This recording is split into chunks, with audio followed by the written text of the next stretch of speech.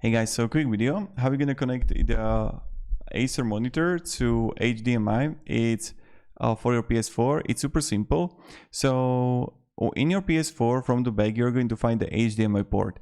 Then when you're gonna have the Acer monitor, you just want to connect it this way, that you're just gonna connect the HDMI to the PS4 HDMI.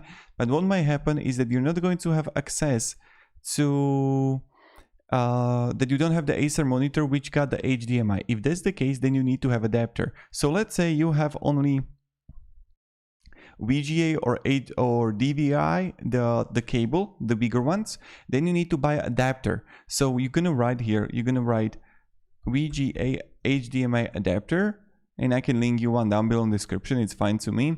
And then you're just gonna see that this is the adapter. You're gonna connect it to adapter and then the HDMI cable to the PC or to it. And that's how you're gonna do it.